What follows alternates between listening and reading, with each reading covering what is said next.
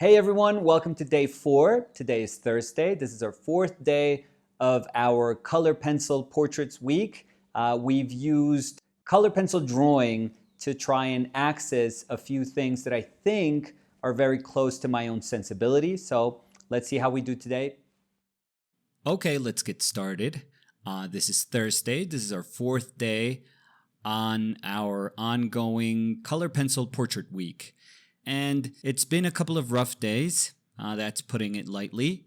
But today we're going to celebrate drawing.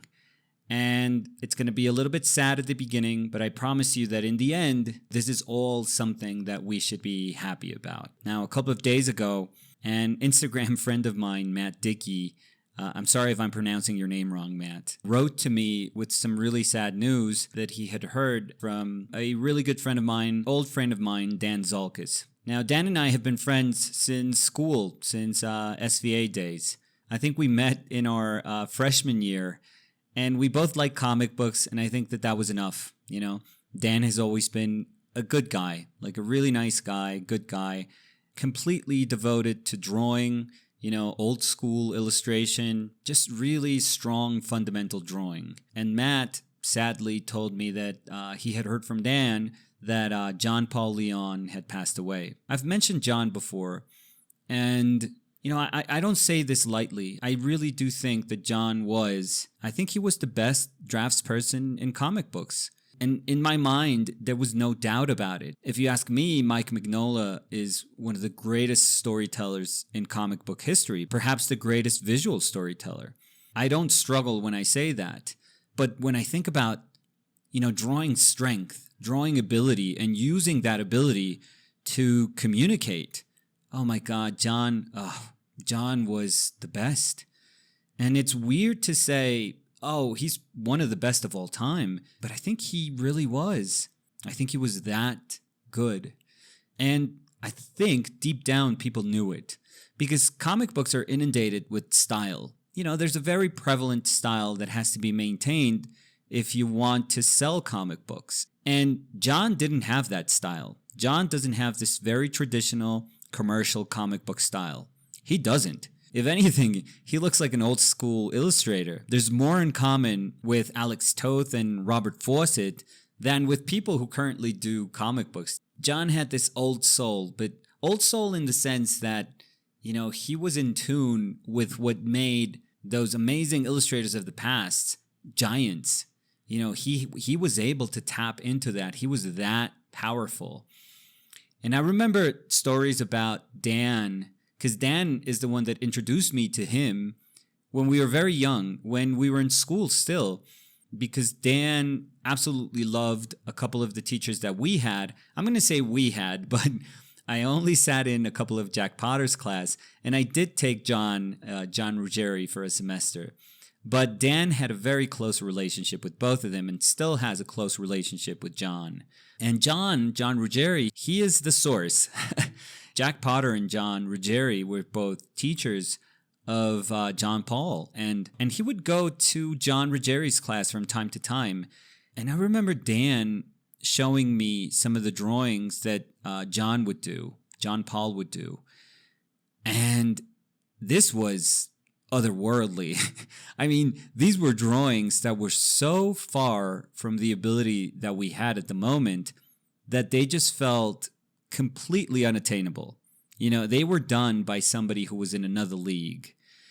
And I think we had the understanding that that's how good he was, even when we were young. And John Ruggieri, he saw it too. He knew that he was in the presence of somebody who was very, very special. I mean, John is an absolute genius, but he was able to spot the brilliant talent that John Paul was. And we are very lucky because we were able to share a time with a person of enormous talent. I've been looking at his work for the past couple of days, and it just blows my mind.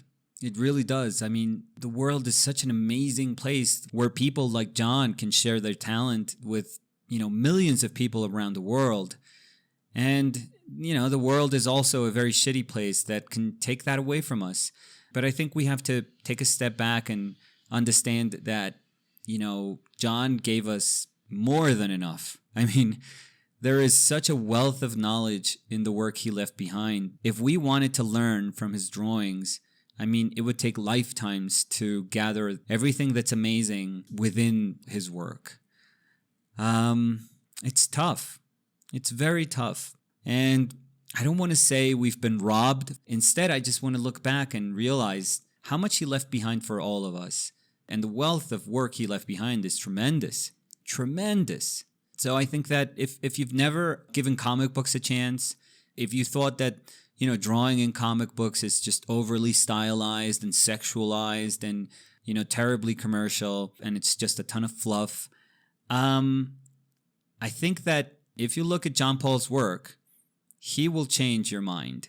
He alone can change your mind and can show you through his drawing that storytelling, visual storytelling, can be so sophisticated, so elegant, so beautiful, so strong that, you'll never look at comic books the same way. I think that, even for myself, who was brought up with comic books, brought up, inherently respecting comic book artists and writers, nobody has to convince me of that. But even for me, when I saw JPL drawing, oh, good Lord. Good Lord. It's almost as if everything that I liked about comic books was suddenly in one place, in one artist. You know what's the weirdest thing? Like, you would think that somebody who's that good would have an ego equally as big as his talent. And that couldn't be farther from the truth. This guy was so humble and so approachable and so ridiculously nice. It's amazing. I'm really blessed that last year I had the opportunity to ask him to do a drawing for me. And he was so shocked because when I commissioned the work, he was like, well, what do you want me to do? And I was like, dude, John, just do whatever you want. Do whatever you want. And he was like, oh, don't do this to me. Just give me like your favorite movie or your favorite character, but don't put this pressure on me. And I was like, no, dude, I'm taking the burden off your shoulders. Like, just have fun with the piece. Just do whatever you like. If you like it, I know I'm going to love it. And he laughed and he was like, this is crazy, because usually when people ask for commissions, they want something very specific, and that's totally fine. Like, that's totally cool. That's what a commission means. But he was so kind. He answered back so kindly with the drawing of Batman that he did for me, that I was like, oh, this is perfect. This is what I'm going to always remember him by. This week had a bunch of bad news, and I was very sad, because I'm always saddened when the art world loses somebody who's talented. Because I do think that we can learn from people that are very, very talented. But it crushes me. It absolutely crushes me when the art world not only loses somebody who's brilliant, but somebody who's nice, Somebody who's genuinely nice and kind. I don't know. That's when you feel robbed. That's when you feel like, fuck this world. But I have my books and some pages of his to keep me company, to remind me of, the beast that he was. I always made fun of him, and I know Dave Stewart colored some of his work, and Dave is an absolute genius. I don't think anyone could color JPL's work better than Dave. But I always told JPL, I was like, John, why are these guys printing you in color? It's ridiculous. Like, it doesn't make sense. And that's why I've hunted down like French editions of the Batman work that he's done. And I have Earth X in this really weird kind of oversized edition that's in black and white, because, oh my Lord, if anyone knew how to understand like the core, the very nature of comic books, the graphic black and white visual storytelling through contrast. It was JPL. He just got it. And, he was amazing. So very sad, but you know what? Let's celebrate his drawing from now on. And forever, whenever you meet somebody who's new to comic books, show them his work. You probably have some ideas of what comic books are, but let me introduce you to comic books through one of the most talented draftspeople that you'll ever meet. and share JPL's work. You could show them anything. You could show them Static. You could show them Batman. I'm even a fan of the further adventures of Cyclops and Phoenix. He was amazing. It doesn't matter what he drew. He was incredible. He was absolutely incredible. Long live JPL, one of the greatest. I wrote that drawing lost one of the good ones, and I totally mean it. I don't mean current comic books. I don't mean comic books. I don't mean illustrators. I meant drawing. The whole of drawing lost an incredible talent. Sad. Very sad. But let's try to move forward, not forgetting, never ever forgetting. Move forward by celebrating every time you have the chance. Every single time you have the chance. Just applaud these talented people that we were so lucky to share just a little bit of time on this earth with. And if we're going to do that, if we're going to celebrate, this is a perfect chance to speak about two artists that are currently working that blow my mind and that have influenced a ton of what I do with color pencil drawing. Because honestly, color pencil drawing for me is something foreign. I've told you guys the story that I ended up drawing with color pencils just because they were there. I wasn't seeking anything. I wasn't looking for anything. They were just there at my mother's house. They were my nieces.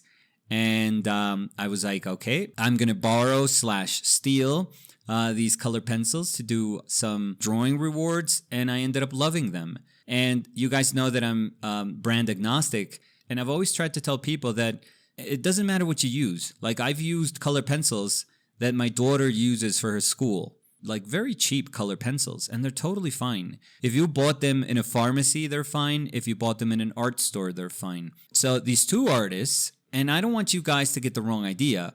I'm not coupling them. I'm not putting them together because I think that they are, speaking about the same things. No, I'm just going to mention the two of them because I think that these two women are just immensely talented. They have some of the most elegant, beautiful line work that I've ever seen in drawing. And I've talked to them and they're super, super nice, super cool, super generous about what they do. So I'm going to talk about Eliza and I'm going to talk about Joa Cooper. These two women, my God, they're good. They are so, so good. I've always had trouble cleaning up my line work. And when I see how sophisticated the way they distill their line is, I'm blown away. I always realize, oh my God, I'm so far. I'm so far from what people that are really good at this can do. Again, I don't want you guys to get the wrong idea. I'm not bunching them together. But if you want to, you could think that they're from the same little town where there's brilliant draftswomen there. And, Eliza and Joa are just incredible examples of what goes on in this town because they're so good. And you meet people that are super, super special and have an ability that is way beyond yours when you can't just not think about them. And that certainly happens to me with both their work. I just can never, ever take it out of my brain. And this is not good. This is not good because they can infect your brain. They can really embed themselves into your head. And you're going to end up trying to do stuff that they do, but obviously you're never going to be able to do it because they do it at a level that is so much higher than yours that you're going to be depressed by the end of your, drawing attempt. I wanted to use this opportunity where, sure, we're supposed to be talking about drawing and portraiture through color pencil drawing, but I wanted to use today to celebrate some of the most incredible artists that I've met or shared conversations with in my life. And JPL for sure he was that huge. He was that amazing in my life in the sense that I always had him at the top of everything. When I would see his drawings, I was like, that's the drawing understanding that I wish I could have. That's the drawing ability that I hope I can attain someday. Yeah, it's not going to happen. He was that special. I am indebted to him. I will forever be indebted to him for all the energy that he's given me throughout the years through his work. And Eliza and Joa, they provide daily shots of energy every time I see their work They are absolutely incredible. So, a day of sadness, but also a reminder to celebrate people and their work. If there's somebody whose work you appreciate, try to reach them, write to them, tell them how they have changed your life. Share with them how their work has changed your life. We often think that amazing artists just hear that all the time and that those words become empty, and they're not. Many times we're in dark places and we doubt ourselves, and people's kindness through their words or people's willingness to support you by just buying some of your work and telling you how much they enjoy your work when they see it every single day. Being an artist is so tough. It is so fucking tough that those things, they have immense value. So reach out to an artist you enjoy, reach out to an artist you respect, and, show them how much they mean to you. Share with them stories about how their work has made you feel, how their work brought you out of dark places or has fed you with amazing energy throughout your life. And that's always going to be a beautiful thing. So that's going to be it for today. Thank you guys for hanging out. I'll see you guys tomorrow. Bye.